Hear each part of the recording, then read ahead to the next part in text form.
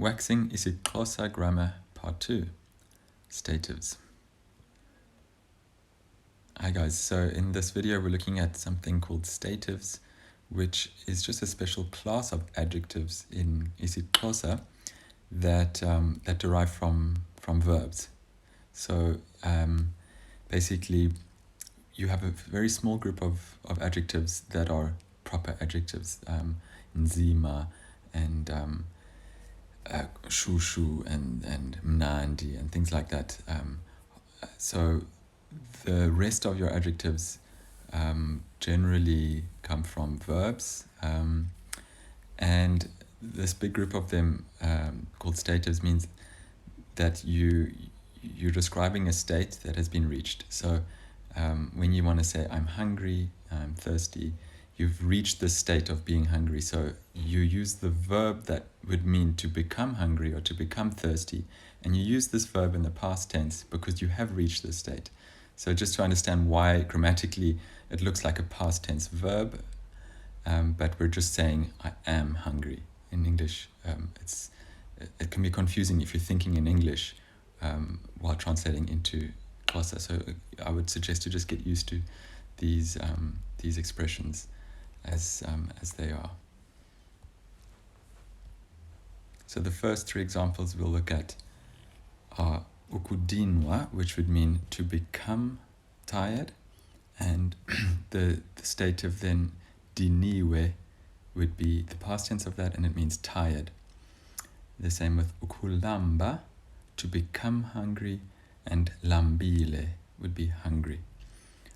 Ukunqanwa is to become thirsty, and nqaniwe would be thirsty. Just a little recap of past tense endings. So these are not statives, but just normal verbs with the past tense, so you can see the endings. So we have with ndiyafunda, I read or study, ndifunde, and ndifundile. The e and the ile are your short and long form for normal verbs, and for passives we have iyafundwa, it is learnt, it is studied, it is read, and ifundwe, ifundiwe. So with passives you have the we or the iwe. So just to recap these past tense endings, e, ile, or we, iwe for the long form. Same with ndiyathatha, I take, ndithathe, I took, nditatile, I took. Iyathathwa, it is taken, ithathwe, and ithathiwe, for it was taken.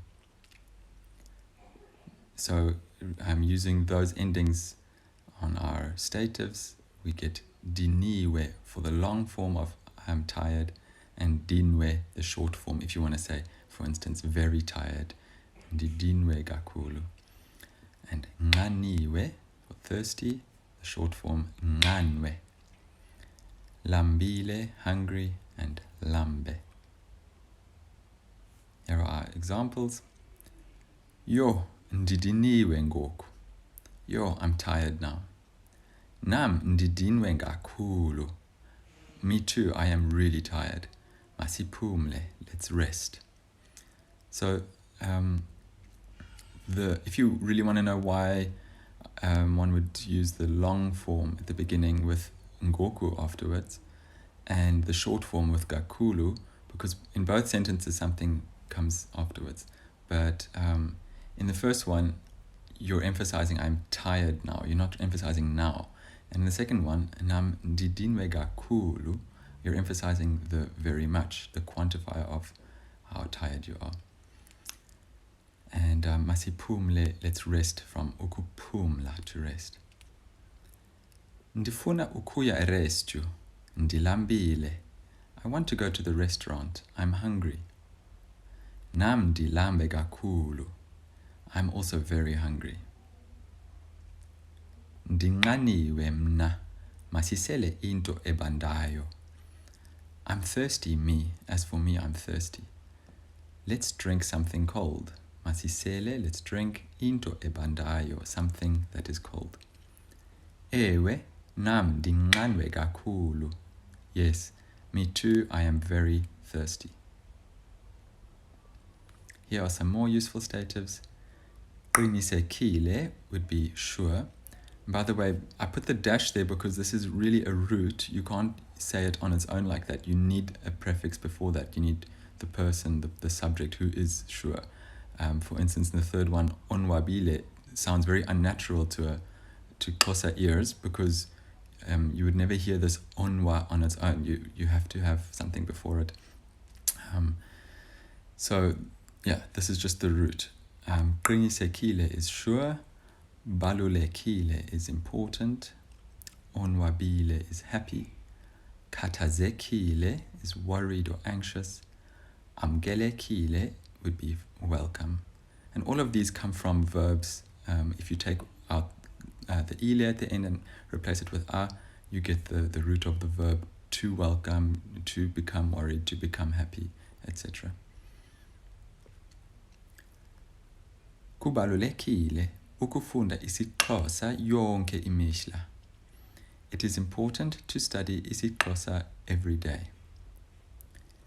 Ewe kubaluleke kakhulu.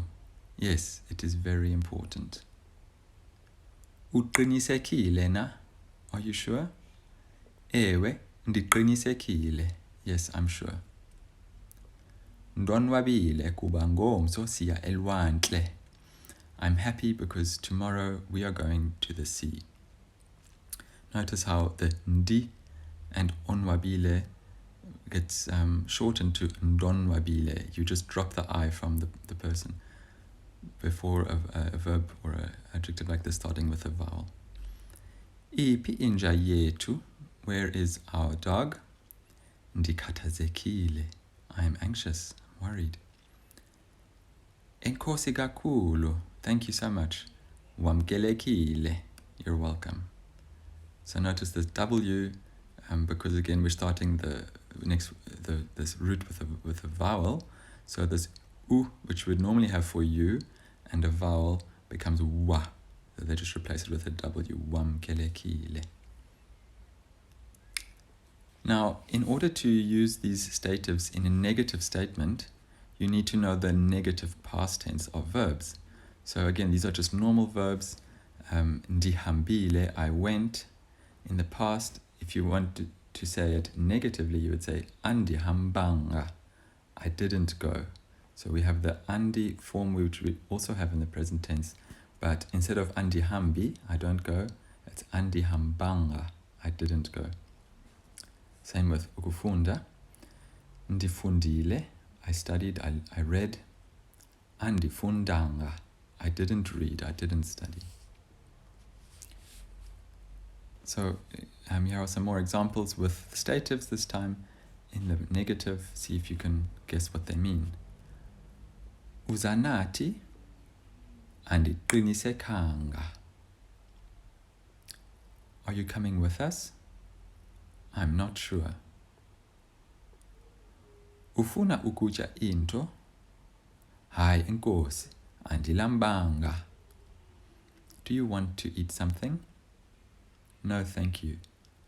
I'm not hungry. Ufuna into yokusela? Hayi andinqanwanga. Do you want something to drink? No, I'm not thirsty. Utheni? Hayi akubalulekanga. What did you say? No, it's not important. Thanks for watching.